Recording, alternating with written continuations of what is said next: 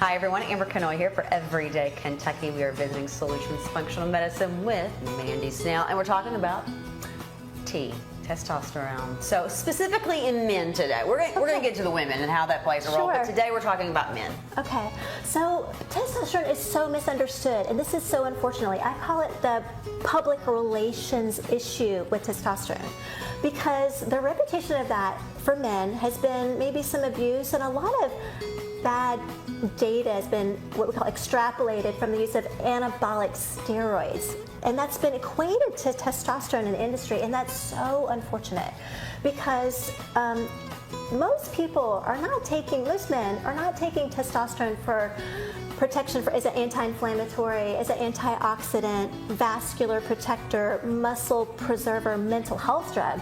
But they should be, because there's an inverse relationship between metabolic syndrome, coronary artery disease, and testosterone levels. Most people don't know that. And in the industry, it's not used enough. Most men feel best with their testosterone level in their serum, their blood level, to be around 1,000. But by the time men are down to 500 in their serum level, they are at risk for metabolic syndrome and all-cause mortality. By the time they're below 300, they're at risk for all that and osteoporosis and Alzheimer's disease. And you cannot get an ICD-10 code for the diagnosis of low testosterone and an FDA-approved prescription that their insurance will pay for until they're below 300. Well, that's unfortunate, because by the time they're below 300, they're already highly at risk. And unfortunately, those people who do recognize the benefits and the vascular protection, like I mentioned, for testosterone in men, have to therefore seek it out in places that are not necessarily academic. The problem with that is that